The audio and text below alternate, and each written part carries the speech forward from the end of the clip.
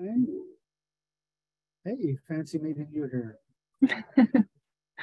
And hello, everyone. It looks like we have attendees in. So thank you very much for your patience, and we will get started in just a second. We had a little overlap of scheduling on the count, so that's why we're getting started a little bit later. So thank you very much for your patience.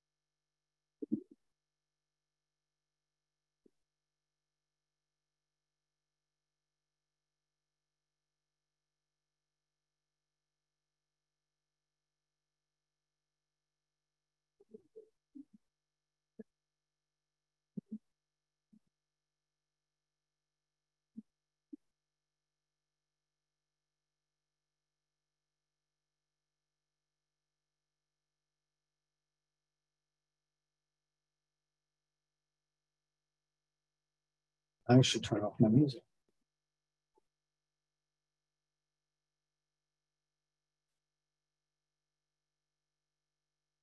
All right, I think we're just waiting on Dennis at this point.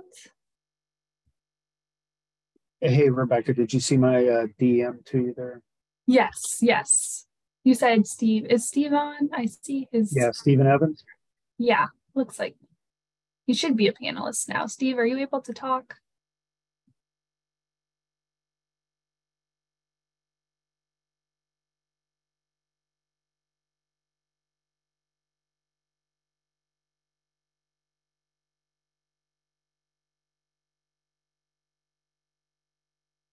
Maybe. Sorry, I'm on mute. I said he might have stepped away because we said 1:30. He might have gotten something to eat. Everybody's grabbing their afternoon coffee. Yeah. Yes, feel free to go grab yourself a snack, everyone. Yeah, I got my yogurt, my keto yogurt. Wild, or is it? Wild cherry.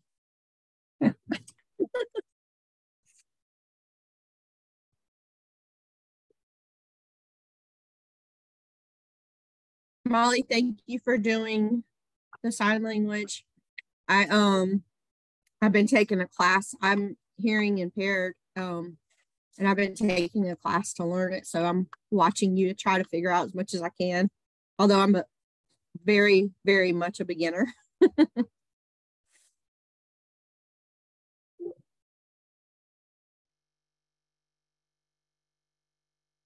Everyone starts somewhere. So we were all a beginner at some point. So welcome to the signers. Yeah, every year I lose more and more. I have hearing aids, and every year I lose more and more of my hearing. So I figure I better learn now while I can still hear something. Were you in artillery, Crystal? No, I was in aviation. So okay. Yeah. Yeah.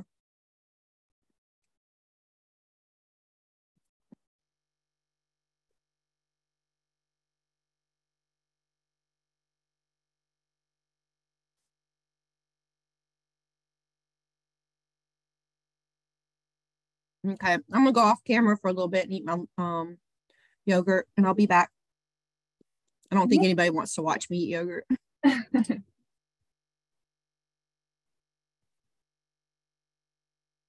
Oh, you do, John?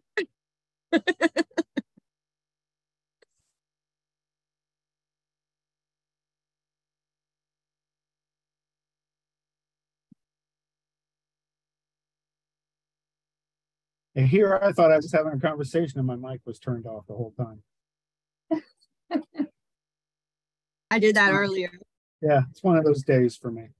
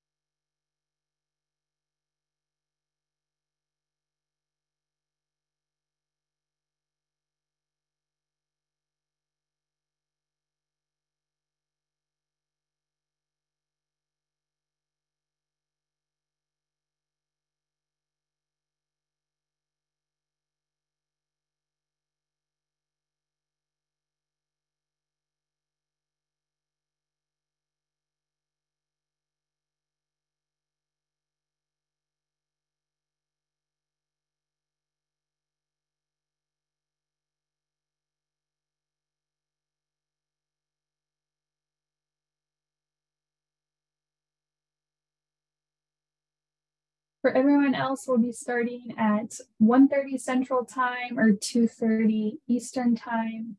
Thank you for your patience.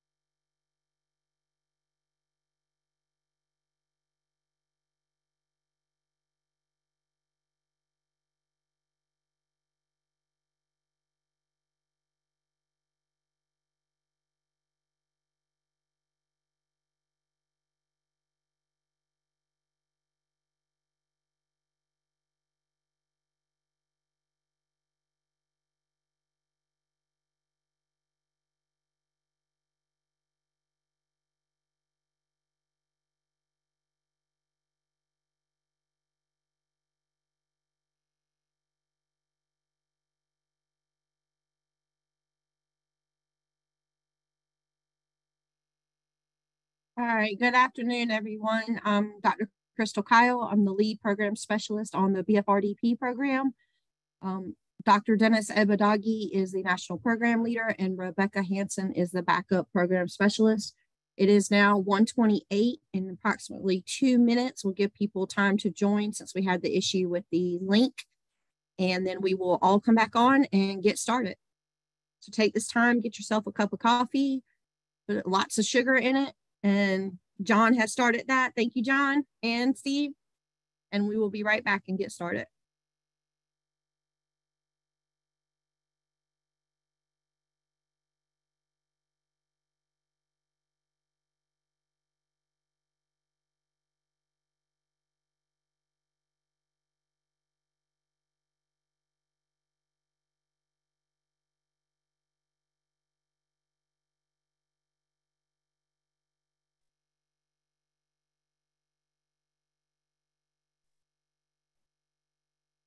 Hi, Dennis. We're giving everybody 2 minutes to join, and then we're going to come back on. All right. Thank you. You're welcome.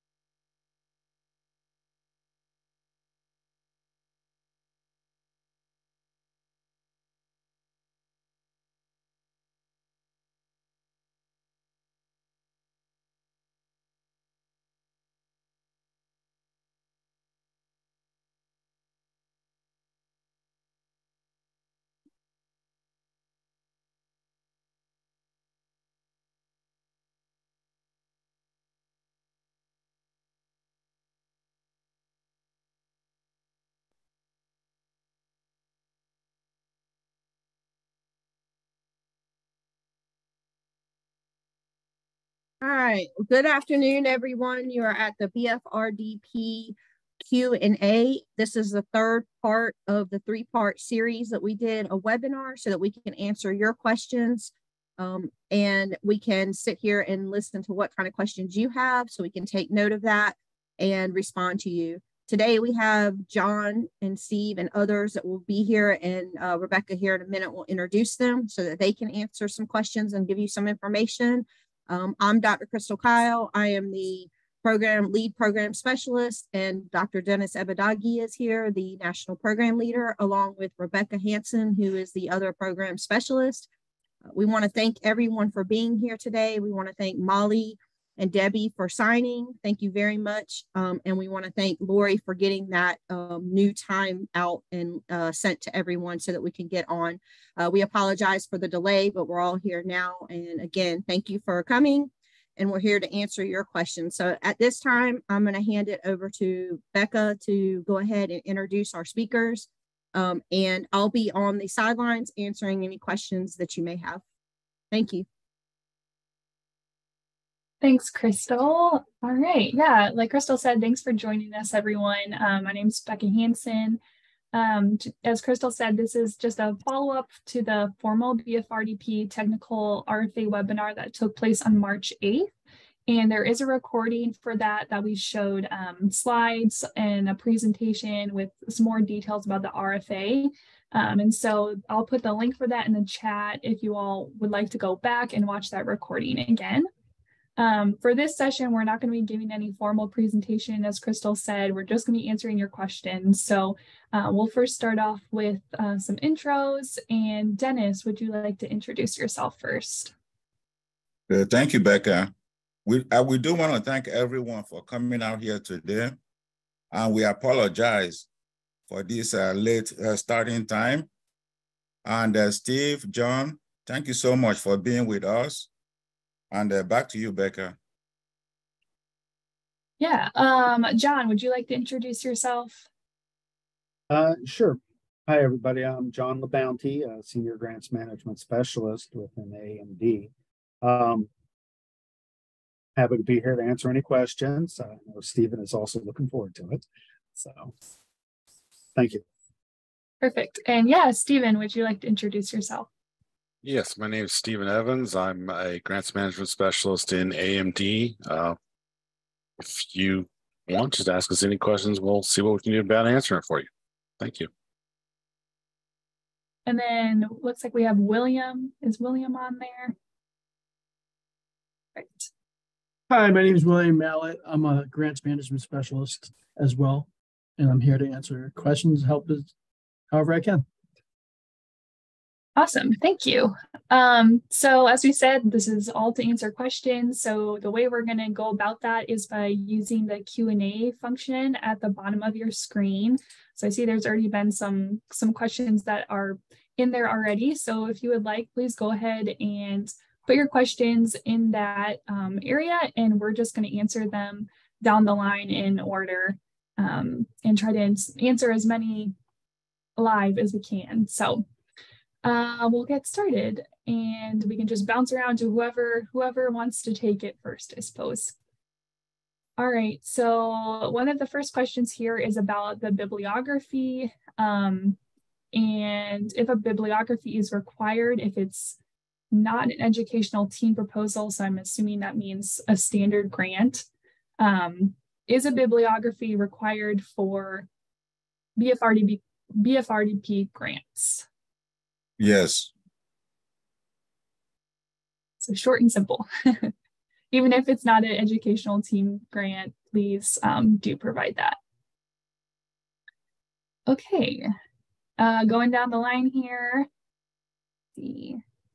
If someone would like to schedule an appointment to review whether their application has been properly uploaded, how can they go about that? And what is the latest date to make that appointment? Crystal, do you want to take that one? Sure. If you would send us an email, and most of our emails are first name dot last name at USDA.gov. So you can send myself or Dennis. We usually just CC each other with the answers. So if you want to make that appointment by just sending us an email, and then we'll set up a date with you and find a date that works for all of us to be able to meet and discuss that. Awesome. Thank you. Okay, and then it's another question here. What important funding dates are coming up next? So I guess specifically for the Beginning Farmer and Rancher grant, since that's what this Q&A is for, the date that application is due is April 27th at 5 p.m. Eastern time. That is a hard cutoff. So please do make sure that that's when you have it in. And if you had a specific question about other funding dates, please feel free to put that in the chat too. Yeah, and just to go a little bit further with what Rebecca said, that hard cutoff date is Eastern Standard Time. So make sure, like she said, it's Eastern Time. So make sure that you're looking at that too, because 5 o'clock Central Time will be past the cutoff date. And so we want to make sure that everyone gets their application in. Okay, a question here about indirect cost policy. Could you please describe the indirect cost policy and what is the maximum allowed for indirect costs? So for BFRD, it is 10% TFFA, regardless of what you have. That is the number we're going to be using for your indirect costs.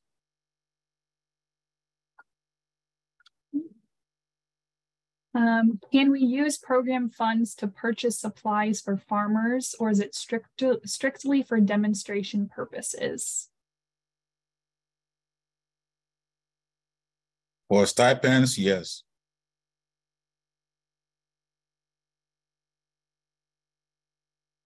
Mm-hmm. Now, let me expand on that. It would have to be in a situation where the farmer is in need of that, so that in the situation where if that is not happening, the farmer is going to go broke as far as not continue with the effort in terms of the learning process. I hope that makes sense. And then it looks like another follow-up about indirect cost rate. So if they do not have a negotiated indirect cost rate, do we just use 10% as the maximum? See some nodding heads. So that looks like a yes. Yeah, you just put the 10% in your budget and state that you're taking the 10% TFFA per the RFA. Okay. And then we have a question here kind of more broadly about getting in contact with USDA and staying informed about funding opportunities. Would someone want to take that? How to kind of stay abreast of what funding opportunities are available with NIFA and what that looks like? I'll start that conversation and then we can expand on it. Kevin, you're at the BFRDP Q&A. So that's the Beginner Farmer Rancher Development Program question and answer. Again, like I spoke in the beginning, this is a 3-part series. So the very first series, we had presentations from a lot of different people, including AMD, which is the award management. We had different programs from different parts of NIFA. Right now, what we're doing is just Q&A. So if you missed the first couple of ones, Rebecca put that recording in the chat, and you can go back and watch that if you prefer. This is not a general session for all of the USDA, nor is it a session for all of NIFA. So this is just the Beginner Farmer Rancher Development Program session. So I'm not sure exactly what you're looking for, but that's what we're doing here. If you want to look at general information for the USDA, that's a different website. If you want general information for NIFA, that would be nifa.gov. or grants.gov to look for specific grants that you're looking for. And we can discuss that offline, but those are some general information, and I can also send you some information direct by your email. But this is just for NIFA and just for the Beginner Farmer Rancher Development Program. I hope that helps. Okay. Crystal, Yes. Let me expand on that. Sure. We have a website that if you go to every morning and click on it, it will give you an update on funding opportunities within USDA. So if you send us your email, we'll send you that link. It's at the bottom of my signature line. Yeah, and that will be included. Like Dennis said, if you send us an email, I'll send you that along with some other basic information. But that is the objective of this. I saw your next question. So that is the objective of this, is to answer questions for people who are going to be putting in a proposal to the Beginner Farmer Rancher Development Program grant funding opportunity. Perfect. Okay, and then we have a couple questions here about page limits. So for the logic model, should that be included? It looks like, let's see. Is that a self-standing landscape orientation page?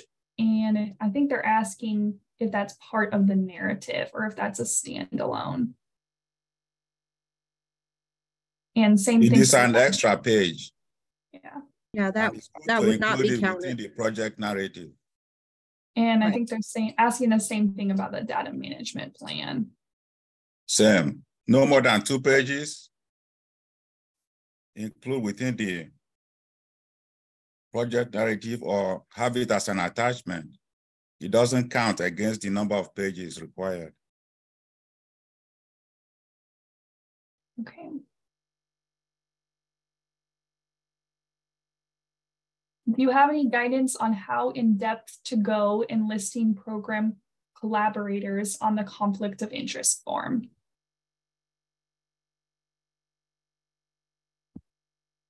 I mean, you want to divulge what you've got. There's no limit on the number of pages you can submit. If you don't have any, you don't have any. And that would be simple.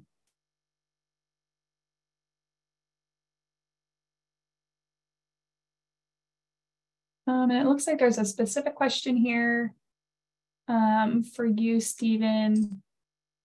If our institution needs the document indicating max allowed indirect cost is 10%, may they contact you? Yeah, you can contact me. That's not a problem. If what I'll end up doing is giving you the RFA, and if you actually happen to have the RFA, it's on page 30, letter C, and it's funding restrictions. That talks about how the IDC is limited to 10% TFFA, total federal funds. But yes, please contact me. And all of our emails for reference should be just our first name, last name at USDA.gov. So whatever you see as our names up here, just add .gov at the end and a period in between. Just a note too, it looks like there's some people putting some questions in the chat. Please make sure you put them in the Q&A. That way we don't miss any of them. I'm going to answer the ones in the Q&A first, and then we'll go to the chat. But so if you have some over there, feel free to put them in the Q&A. Okay, for evaluation, can we have an advisory council be appointed by the evaluating committee with one member as the lead? It's entirely up to you what you want to design for your evaluation. Follow the evaluation criteria, please. Follow the evaluation criteria, but that would be considered an interior evaluator. You may want to look for an external evaluator, at least to add to your team, because that helps with your proposal and your project.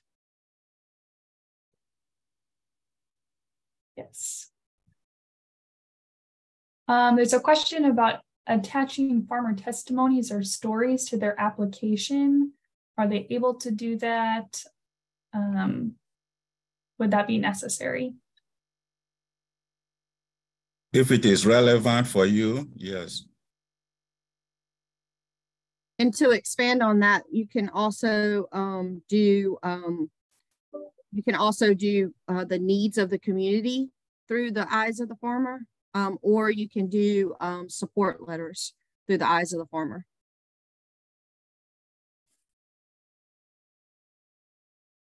Okay, and then a question here, as a current recipient of the BFRDP grant, can they request a no-cost extension for existing BFRDP project?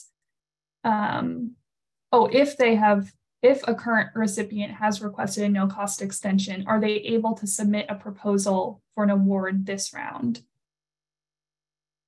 No. Yeah, that would mean you would still be holding a grant, and so you can't hold one while you're putting in an application for a new grant. So you would have to wait until that 1-year extension is complete. Or in the year of completion. If a nonprofit organization is planning to apply for a BFRDP grant, can they be included as a sub-awardee on another BFRDP grant? Yes.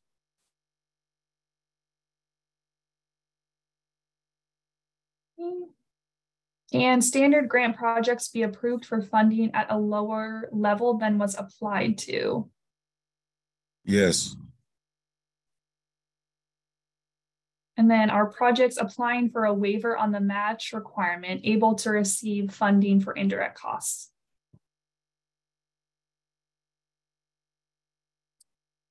Anyone applying can. You mean to get a waiver on indirect cost? No, you can't get a waiver on indirect cost. Is that the question? I'm trying to see. That it just says, are projects applying for a waiver on the match requirement able to receive funding for indirect costs? I'm not sure I understand that question. Steve, John? It sounds like they're confusing having a match waiver with indirect costs. And if you do get a match waiver, you can still have indirect cost. They're two separate items. Thank you, Steve.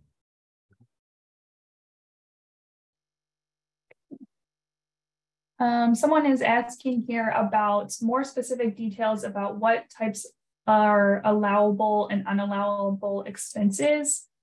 I'll put in the chat here, we have on our FAQs on our website some examples of unallowable expenses. So you can find those in the frequently asked questions at the bottom of that page. And then another question here. As a follow-up on the advisory council evaluator question, none of the members on the advisory council are employees. They're all community members who meet quarterly. Would they still be considered internal, not external evaluators? Yes, that would still be considered an internal because they meet to talk about and advise for the programming. So, and you can do internal. Often people like to see external evaluators. As an evaluator, we recommend in our programming, not at NIFA, but we recommend our programming to have at least one external evaluator. So they're external to the entire conversation. But again, as Dennis said, that's entirely up to you. Now, Crystal, thank you so much. Now, when it comes to evaluation, external evaluator is strongly encouraged, according to the RFA. I mean, it cannot be overemphasized.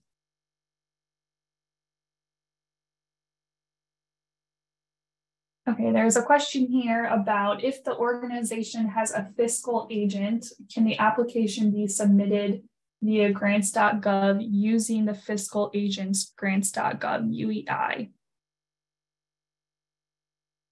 Now, Steve and John, you can support me on this if you like. On page 38 of the RFA, you cannot use a fiscal agent. Your proposal will be rejected if you do that.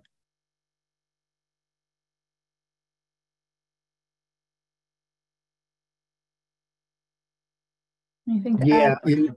sorry. In this case, you're abiding by the regulations set out in the RFA. So if the RFA is denying the use of a fiscal agent, then that's how it applies. Thank you, John. If you do need help getting your UEI set up, we can, you can email some of us, any one of us, and we can help try to set you in the right direction so you can get your own UEI going and get prepared for this process. Okay, I think Yeah, this that's one. Go ahead. Sorry, that's a great point, Stephen. Also remember, you can go straight to sam.gov and they can help you get set up and registered there as well.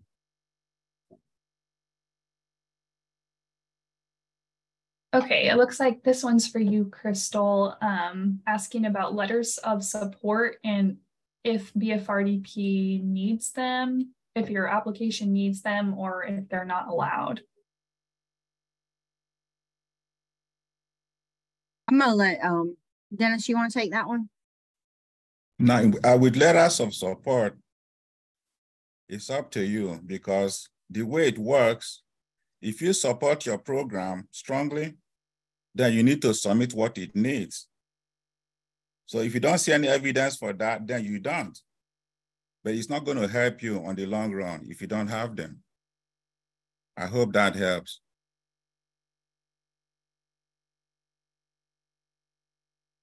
Okay.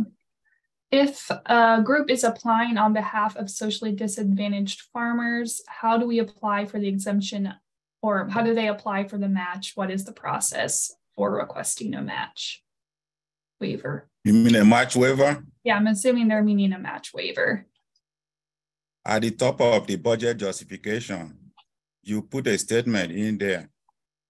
This applicant is requesting a match waiver because you are serving underserved population. That's all you need.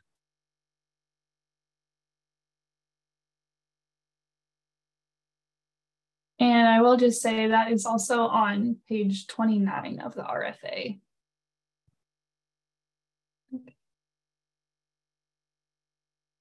This question is, what is the scope or expectation for the different funding levels?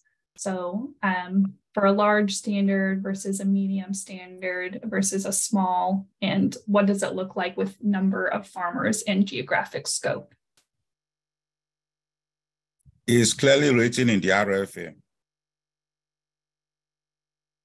The smaller the scope, the smaller the amount you are requesting, and vice versa.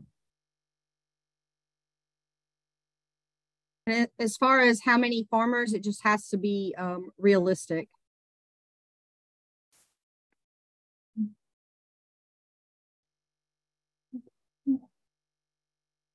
Okay, I think that's all I see here in the Q&A. Oh, there's another one that just came in.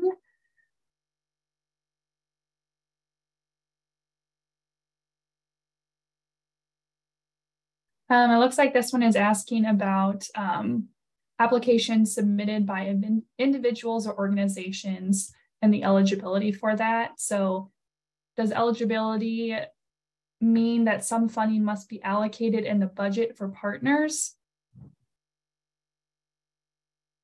That is a very good question.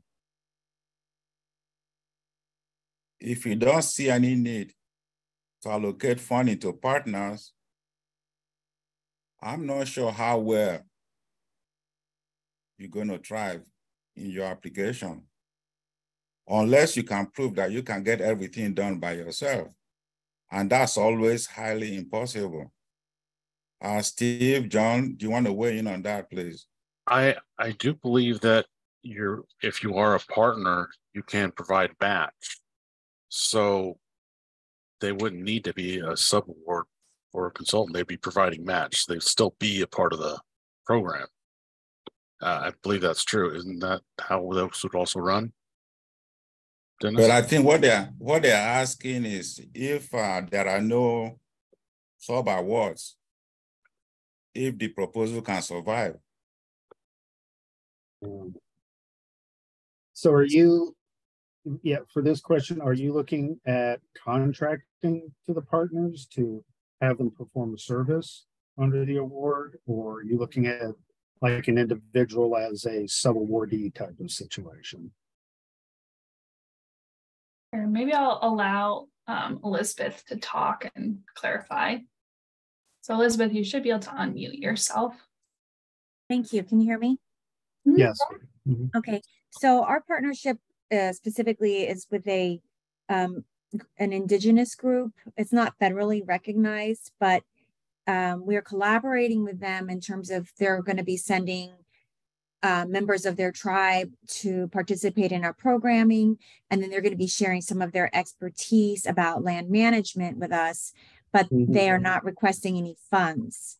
So it's a partnership, but there's no subcontracts or funding that they're going to be requesting.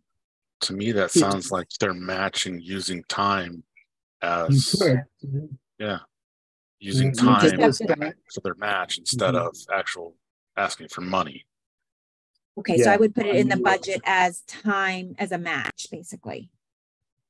Okay. You can do it that way, depending on what the majority of their time in the program is going to be. Are they there to learn and just will so happen, to provide expertise while they're there, or are they going to act as a mentor? Or I would say primarily they're just kind of helping with the recruitment and then also some advising. But we don't have to, so I guess the partnership could be that they are contributing resources, whether it's in kind or not. It doesn't have to be that we are giving them funds. Is that correct? Correct. Okay. Yeah, and this is an instance where and Dennis, correct me if I'm wrong, but if you're taking match, then you're taking match. You're not going to get a waiver for it. Right. We're not applying for a waiver on the match. Okay. Okay. Thank you. So yeah, just make sure you lock that match in before the award is executed. So the match would have to be in the letter, the partnership letter, explicitly, correct? You'd have to confirm all your matching sources. Okay. Thank you. Yeah, sure.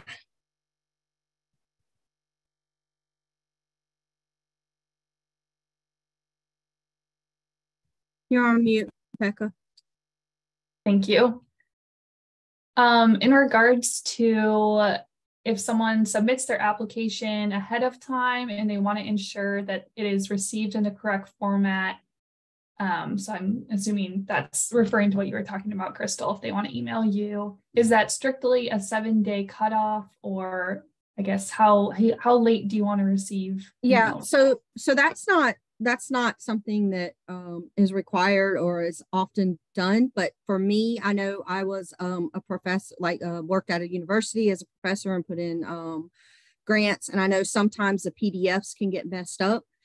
I'm opening this up to everyone. If you contact me about 2 weeks ahead of time, at most a week ahead of time, or at least I guess I should say ahead of time, I can go in the system and make sure that the PDFs, I can't give you any kind of information on whether you'll be funded or if it's all, if the information you need is there, but I can tell you that the PDFs have been loaded up and we can see the PDFs. Yes, I need at least 7 days, at least. That's the lowest number because we're doing things on our end. And we have around 200 applicants, up to 200 applicants. So that's going to take a very long time on our end on the other side, and I can't do both.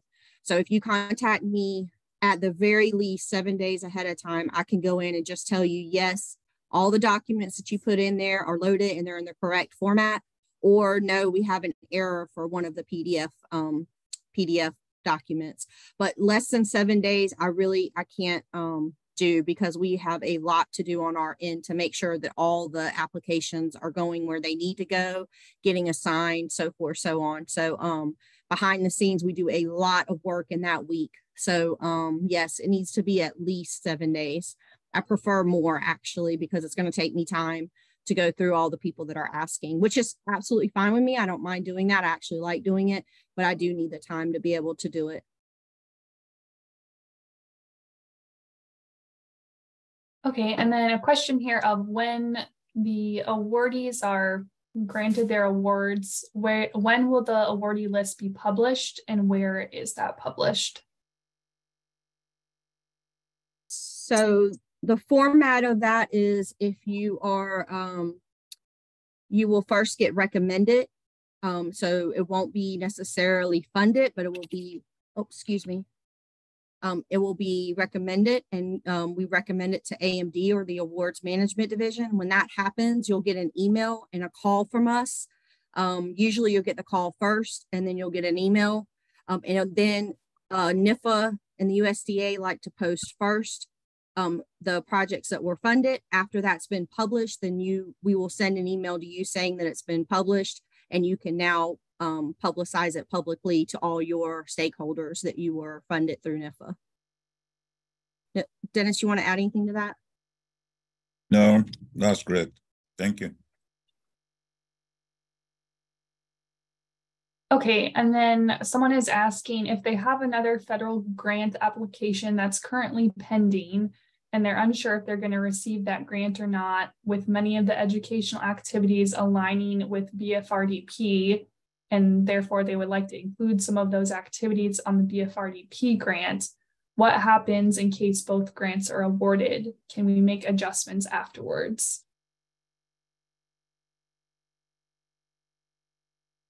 Yeah, that's a tough question. Go ahead. So I'll let you, I'll just say this, Dennis, and then I'll let you go with it. So if your objectives are the same and you're submitting, and I think I understand the question, I may be understanding it wrong, but if your objectives are the same and you're putting the same proposal into 2 different grant opportunities, then one of them will not be funded. You could put them in, but if they're the same objectives, you only get funded for one. I think that's what it's asking, but Dennis, I'll let you take it. No, that is correct.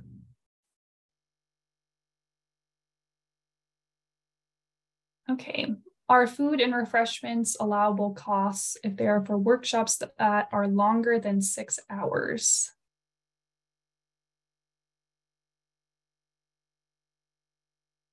Refreshments are allowable anytime. Now, breakfast, no. If you're having a working lunch, yes. It has nothing to do with 6 hours or 8 hours.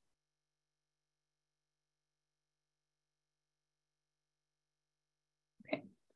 Can a sub-awardee request a waiver of the matching without the rest of the project participants requesting a waiver?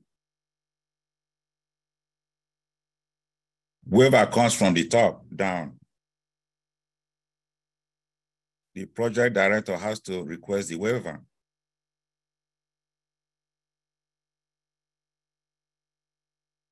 Yeah, so it can't be like split up into, you know, parts of the application have a waiver and then parts don't. It's just you request a waiver as the project director, and you do that or you don't.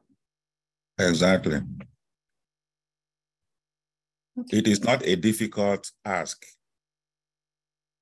Mm-hmm. All you have to do is request for it. If you don't request, you don't get it.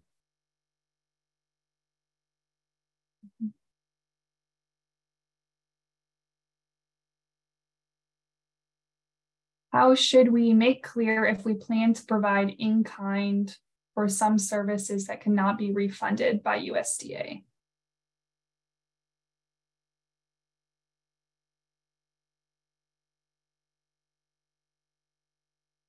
I'll take that. If you're talking about match, in-kind matching, you can do that. You can use match to, provide funding for other areas of the program that you're working on, as long as it's within the scope of work that you've submitted as your project. Hope that makes sense.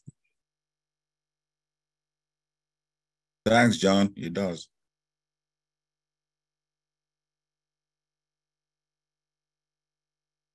Okay, that's all the questions I see in the Q&A right now. I'm just checking chat again.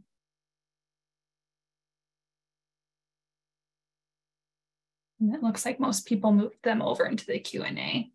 So again, if you have a question in the chat, please put it in the Q&A so we can answer those.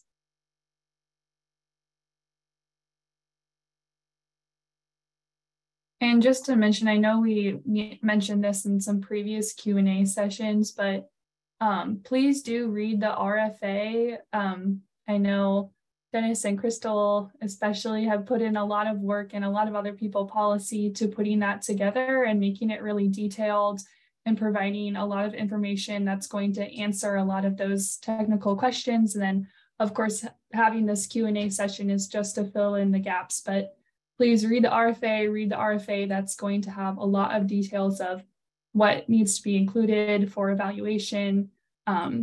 We do take that very seriously. Thank you, Becca. Yeah, and to expand on that, we want to make sure that it's an easy as possible process for you. So that's why we try to make it so easy.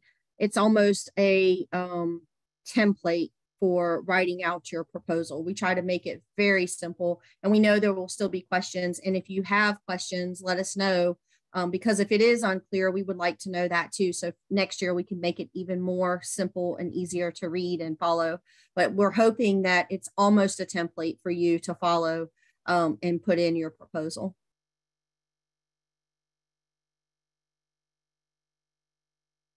Okay, and then a question here, do we need resumes for personnel? So in the proposal, it's going to be called a bio sketch. And yes, you need those.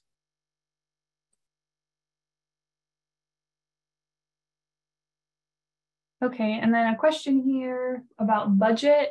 So over the course of a grant, there can be some changes in budget, staff changes or issues with partners.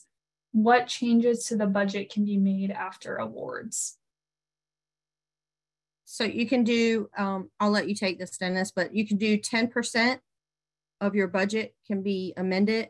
And then anything above that, you would need to contact us along with AMD. It's best if Steve, John, any additions?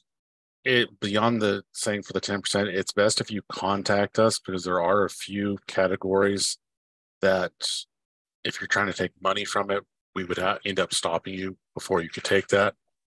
Just send an email to us in the awards management division. You'll have our name on the award face sheet after you're, getting the award, you're granted the award. You can just send us an email and we can respond about changes and help you work through that process. And personnel changes are kind of the same thing. Just contact us. If it's the project director, there's certain things that have to be done, and we'll give you that information so that you can send that off to AMD and CC us on it, just so that we're aware. And other changes, just contact us and we'll let you know. But the big one is the project director will definitely need some additional information and documents. But we're aware that there's going to be changes throughout the length of the project. So as long as we stay in communication and get it approved and everything through AMD, you'll be good to go. Okay, and then there's a question here again about letters of support and if they can be written in Spanish. So, Dennis, were you going to say something? No, go ahead. So the reviewers, we try to have as a well-rounded as possible in many different categories for reviewers. I would say that it needs to be in English so that everyone can read the letters of support, because the whole panel is going to want to look over your letters of support.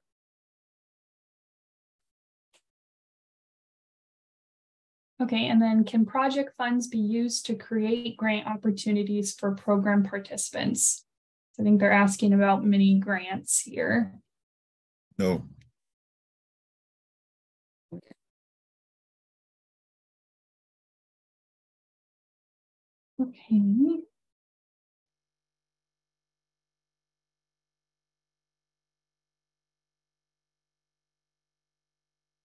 Someone is asking, I'm not exactly sure, are there any priority points applicants can receive? If they're talking about like for the application, or I guess someone else can take that if they know, but if you're talking about the application and what are priority areas for the BFRDP, that's on page 6 for the program purpose and priorities. And there's 15 priorities that grants may be used to kind of be talking about those priorities. So those are on page 6, but put in something else if there are 5 extra points out of the 100. There's 5 extra points. It's in the RFA.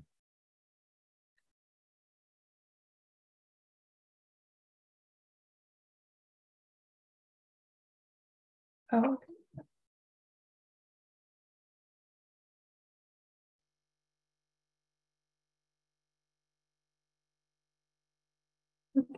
Don't see any other questions here at this time. So while Rebecca is looking for that, and while you're maybe uploading a different question, again, the RFA will have most of your answers in it. If you take the time and really read through that, you'll probably find a lot of your questions answered throughout the RFA. Even after this is over, if there's a specific question you have, you can always email us and we will get you the answer. Also, again, if you put in your application 2 weeks, no later than 1 week early, I can go in and make sure everything is uploaded and ensure that everything is in the correct PDF format. There is actually more than one PDF format. I did not know that before starting at NIFA, but there are PDF generators that do not are not kosher with our system. So if you use those, I can go in and say, nope, that didn't work, so that your application does, can still be uploaded and have those documents. So for some information, you are allowed to put in applications the very last, multiple times, the very last time that you put in an application. So your latest date stamp and time stamp will be the one that we use. So if you put in 6 different applications and you want the 5th one to be reviewed, it won't be. It will be the last one. It will be the 6th one that will be reviewed. So make sure that the very last example of that proposal that you want to be reviewed is the one that you put in last. And again, I can check the PDF format. And you want, again, to make sure that your application is in at 5 Eastern time on the due date.